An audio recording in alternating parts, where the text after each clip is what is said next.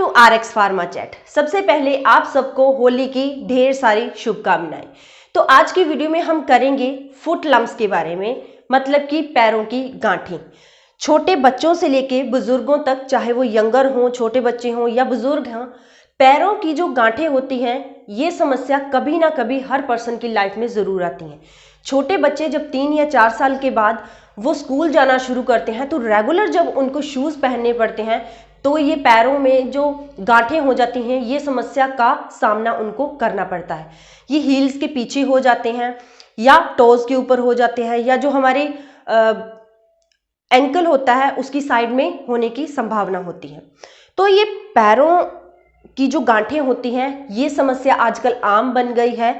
पैर जो हमारे होते हैं, जैसे हम दिन भर की एक्टिविटी करते हैं, चाहे वो एक्सरसाइज कर रहे हैं, चाहे ऑफिस जा रहे हैं, स्कूल जा रहे हैं, घर के काम कर रहे हैं, कोई भी एक्टिविटी जब दिन की हम करते हैं, तो हमारे पैर ही होते हैं जो हमें एक जगह से लेके दूसरी जगह तक जाते हैं। तो जैसे फुल बॉडी की हम केयर करते हैं, इसकी हेल्थ का ध्यान रखते हैं, उसी प्रकार हमें अपने पैरों की हेल्थ का ध्यान भी रखना चाहिए। कई बार ऐसा होता है कि हम अपने पैरों का ध्यान रख रहे होते हैं, लेकिन फिर भी ये समस्या हमें देखनी पड़ती है, इस समस्या का सामना करना पड़ सकता है। मतलब कि पैरों की जो गांठें होती हैं, ये नॉर्मल लाइफ में कभी भी हो सकती है।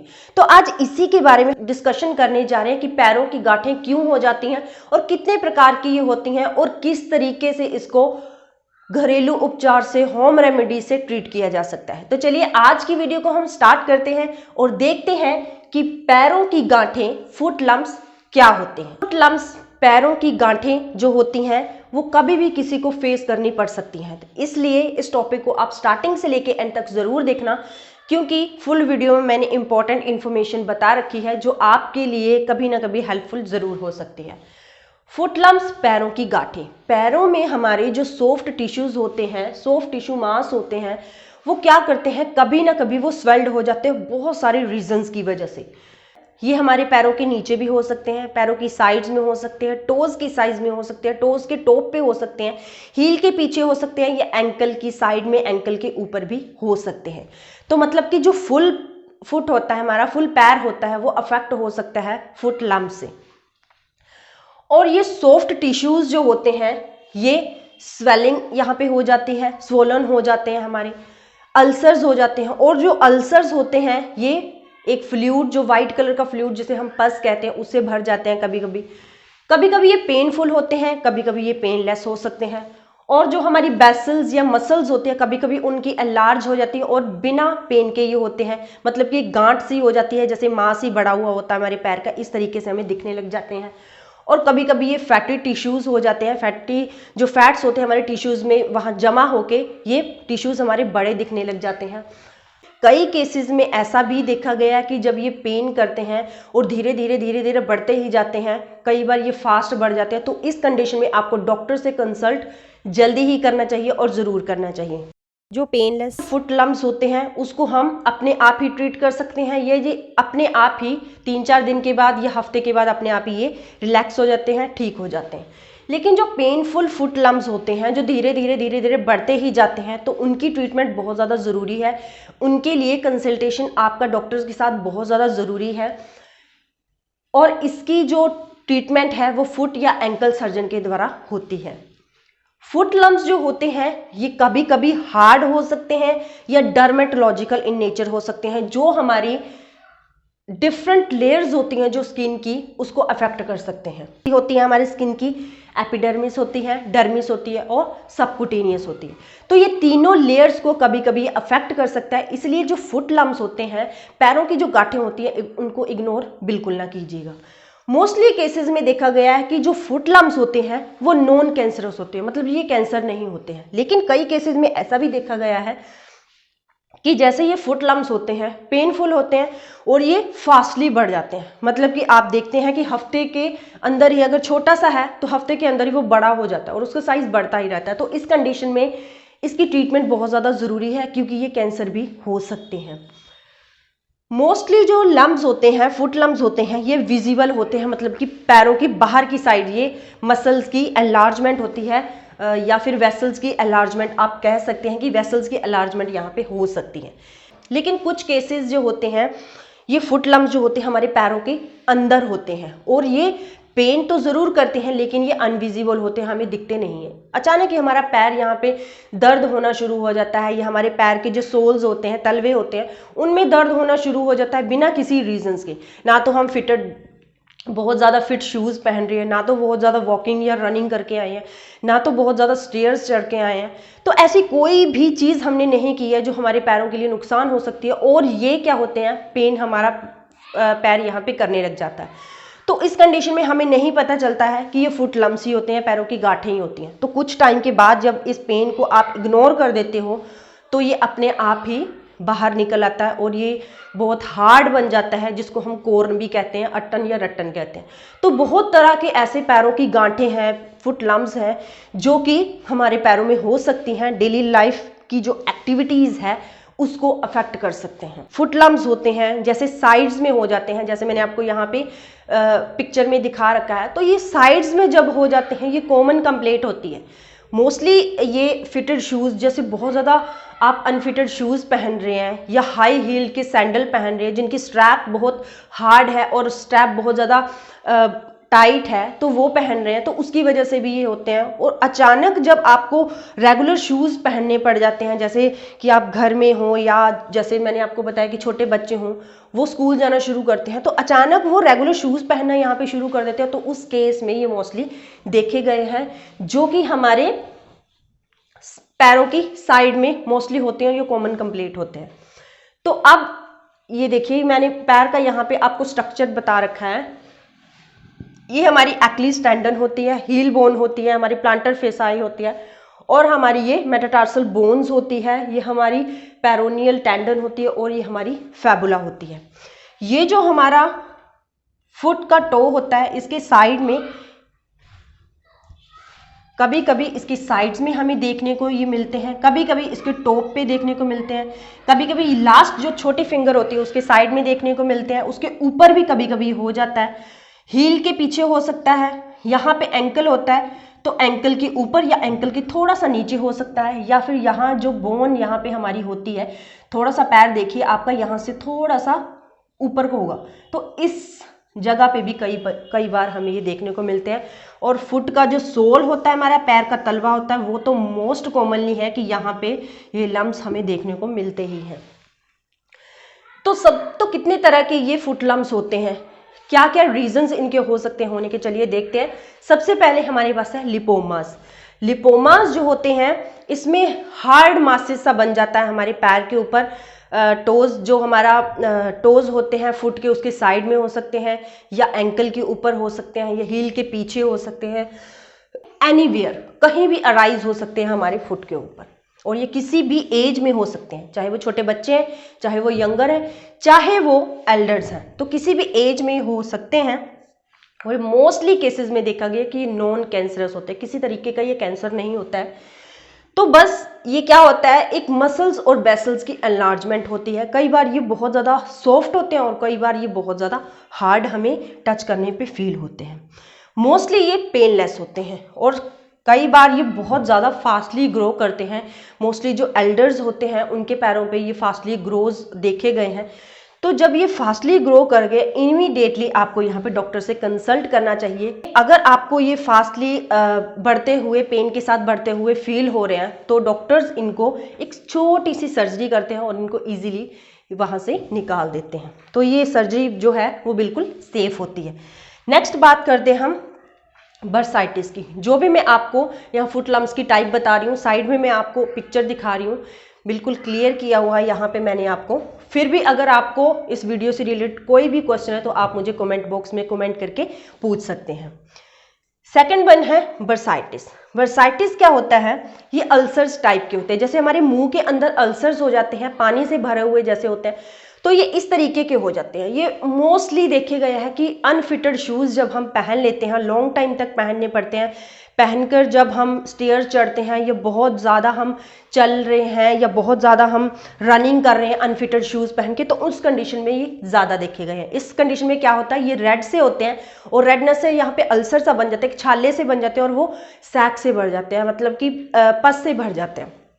तो फ्लूइड से कई बार इनका जो पस होती है वो बिल्कुल पानी जैसा होता है, चिपचिपा पदार्थ होता है ये, तो उस पदार्थ से ये भर जाते हैं और ये स्वेल्ड हो जाते हैं। कई बार तो ये बिल्कुल छोटे छोटे होते हैं, हमें फील भी नहीं होते, और कई बार ये बहुत बड़े होते हैं। लेकिन कई गलती से भी अगर ये टूट जाए तो इसके पानी से जो इसके अंदर से पदार्थ निकलता है चिपचिपा सा, तो उसके टच से ये दूसरी जगह पे भी हो सकते हैं, और जब इसका पदार्थ निकल जाता है तो बहुत ज़्यादा इरिटेशन, बहुत ज़्यादा बर्निंग सेंसेशन आपको ये देता है। ये जो बर्साइटिस होता है ये मोस्टली टोज के बैक में या टोज के टॉप के ऊपर या साइड में, पैर के ऊपर, जैसे मैंने पिक्चर में आपको दिखा रखा है।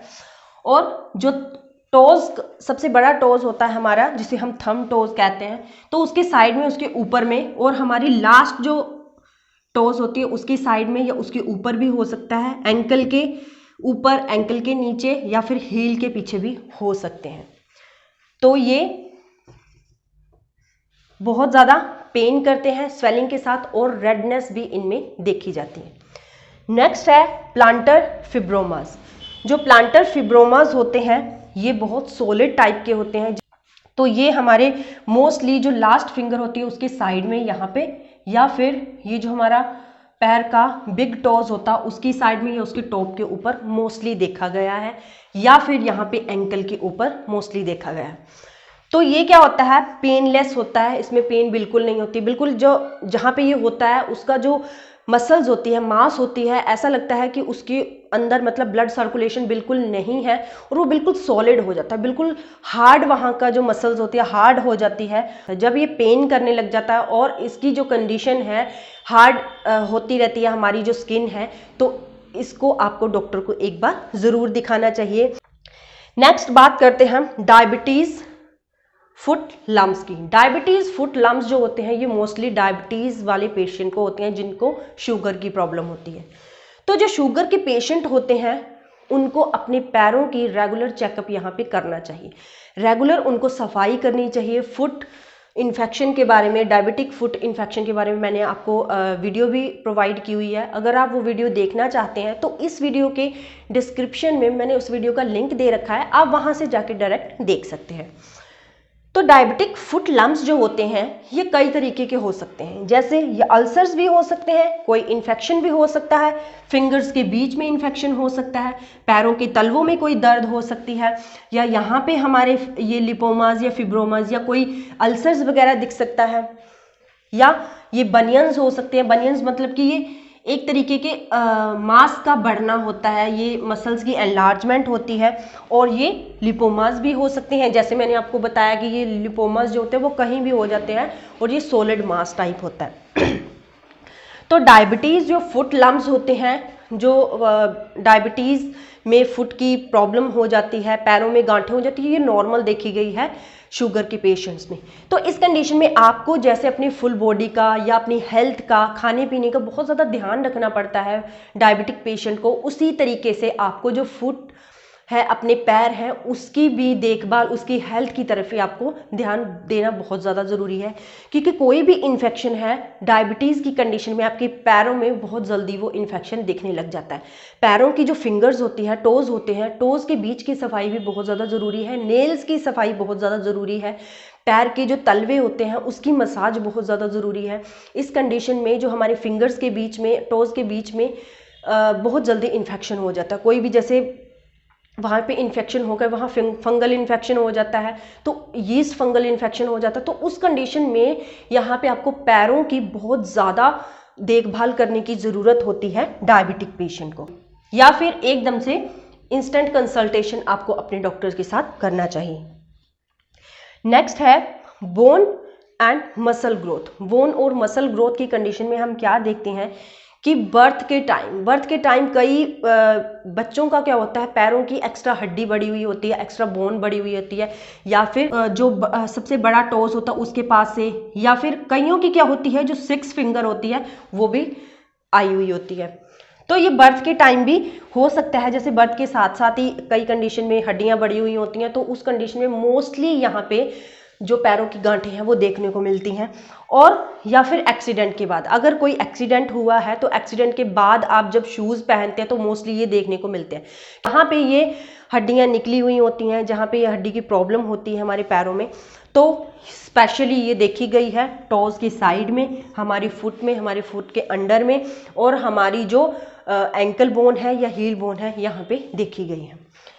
तो ये इनर साइड में भी हो सकती है, पैर के अंदर की साइड भी हो सकती है। जैसे मैंने आपको बताया कि बाहर हमें कुछ भी फील नहीं होता, लेकिन पैर के अंदर मोस्टली जो फुट के सोल्स होते हैं यहाँ पे हमें दर्द होनी फील होती है, और अचानक ही जब बहुत ज़्यादा टाइम तक ये दर्द होती रहती है तो एकदम से ये यहाँ पे कोन टाइप के ये बाहर निकल आते हैं, और ये बहुत ज़्यादा पेन करते हैं, आपको चलने फिरने में, एक्टिविटीज़ में ये बहुत ज़्यादा अफेक्ट करते हैं।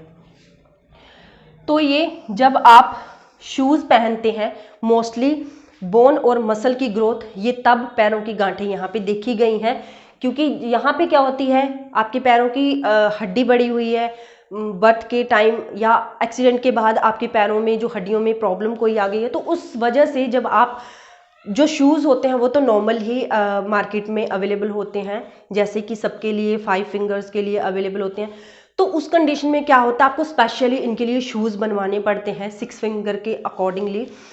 तो अगर आप 5 फिंगर्स वाला ही यहाँ पे शूज़ पहन रहे हैं, जिस बच्चे की 6 फिंगर आ गई हैं, या जिस बच्चे की पैर की छोटी सी हड्डी बड़ी हुई है किसी भी साइड से, तो जब वो नॉर्मल शूज़ पहनता तो ये जो प्रॉब्लम है बोन एंड मसल ग्रोथ, पैरों की गांठें, ये उन बच्चों में या उन पर्सनस में देखी गई।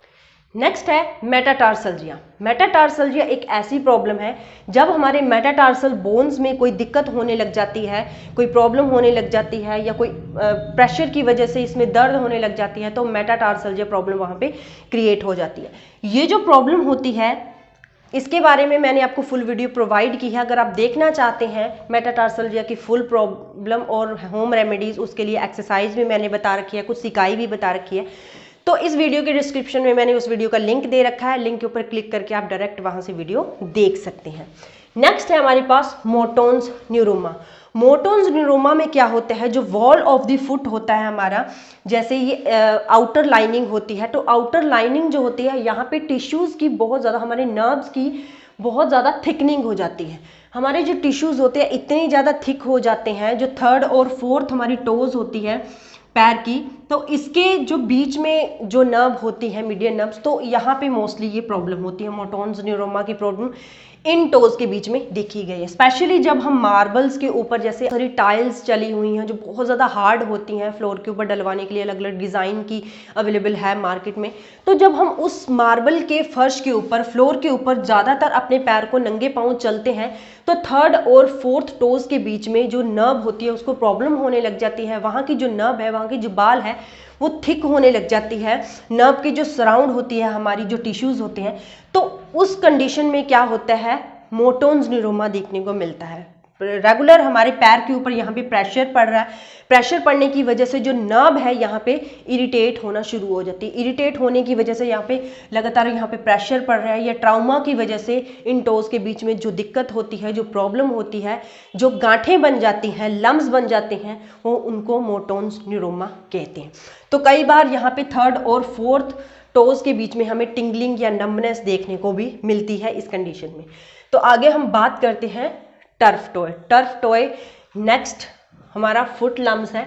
तो इस कंडीशन में क्या होता है, sprain in the main joint of the big toy. जब हमारे बिग टॉय के बीच में यहाँ पे आपने देखा कि एक जो जॉइंट होता है बोन्स का, तो जब यहाँ पे कोई दिक्कत आने लग जाती है, इस जॉइंट में कोई दिक्कत आने लग जाती है बोन्स के जॉइंट में, अगर किसी वजह से वो मुड़ गया है, हमारा जो बिग टो है जो ऊपर को मुड़ गया है या नीचे को बहुत ज़्यादा हो गया है, तो इस कंडीशन में इसमें स्प्रेन एक मोच सी आ जाती है जो बहुत ज़्यादा पेन करती है। पेन करने पे ये हमारा जो टोज है ये लगातार पेनफुल हो जाता है। तो ये कॉमनली एथलीट में देखा गया, जो स्पोर्ट्स वगैरह खेलते हैं, स्पोर्ट्स खेलते टाइम अगर उनके पैरों में कोई दिक्कत आ जाए, तो बहुत ज़्यादा रनिंग करते हैं, तो रनिंग करते टाइम या खेलते टाइम जब उनके ये बिग टो की जॉइंट में जब यहाँ पे प्रॉब्लम आती है, स्प्रेन आ जाते हैं, तो ये प्रॉब्लम टर्फ टॉय हमें देखने को मिलता है।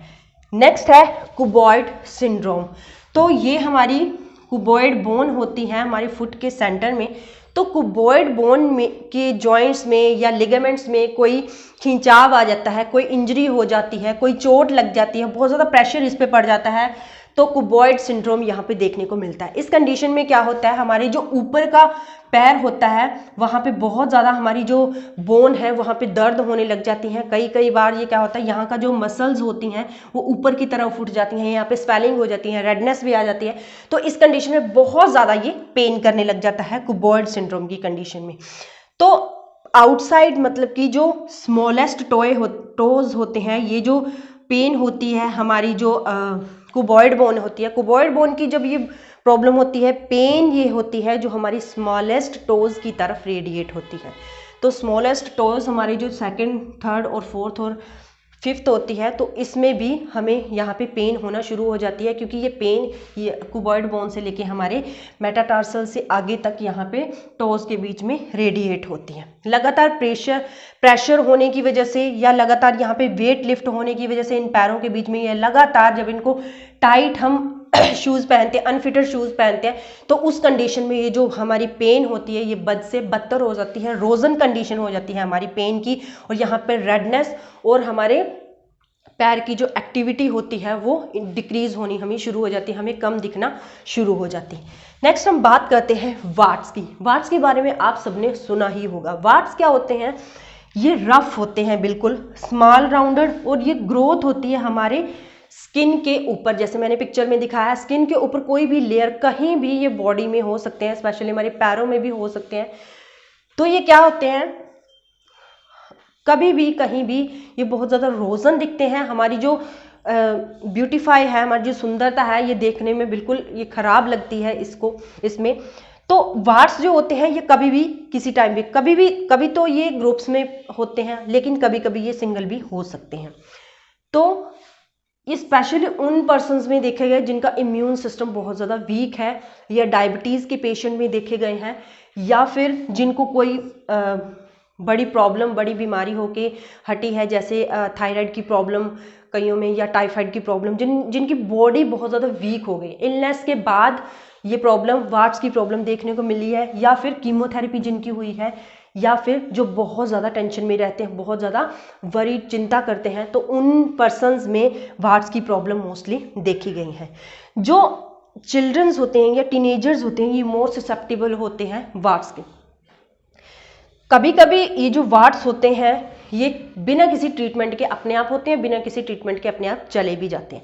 लेकिन कई कंडीशन में जो वार्ट्स होते हैं ये इनके बढ़ता ही जाता है, इनके जो मास होता है वो बढ़ता ही जाता है, और ये नंबर्स इनके बढ़ते ही जाते हैं। तो उस कंडीशन में इनकी ट्रीटमेंट जो है वो बहुत ज़्यादा ज़रूरी है, क्योंकि ये देखने में बिल्कुल सही नहीं लगते हैं, बिल्कुल देखने में अच्छे नहीं लगते हैं, इसलिए इनकी ट्रीटमेंट बहुत ज़्यादा ज़रूरी होती है। नेक्स्ट है कोर्न, जिनको हम रटन या अट्टन पंजाबी में कहते हैं।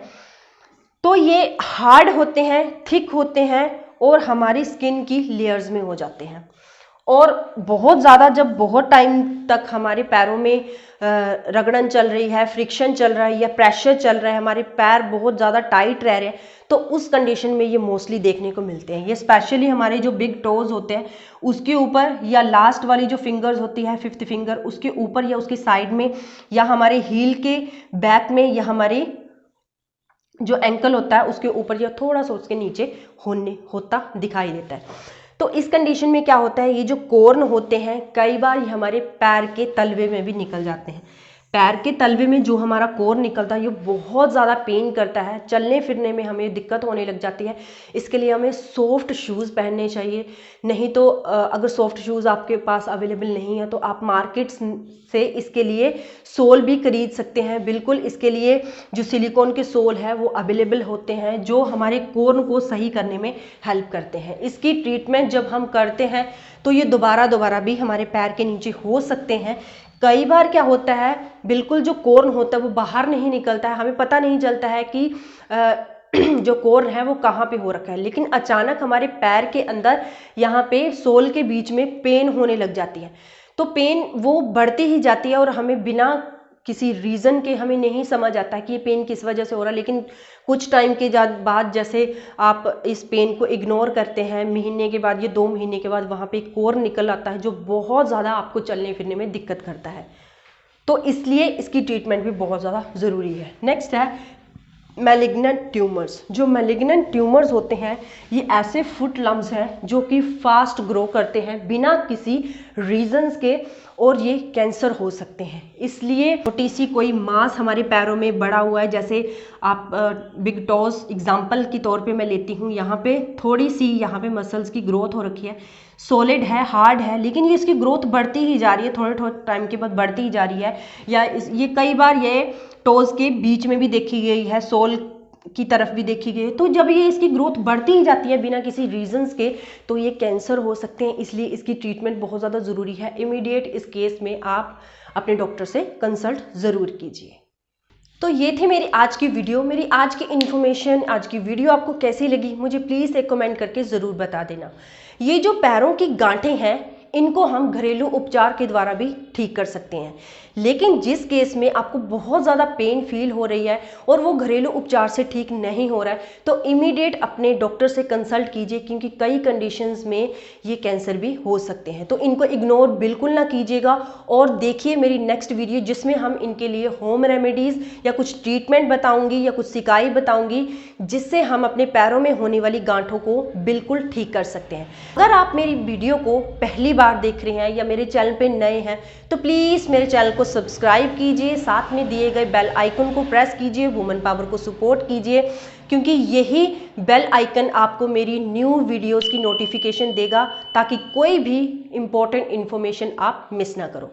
तो चलिए मिलते हैं नई वीडियो में नई इन्फॉर्मेशन के साथ, तब तक के लिए good bye, happy Holi again.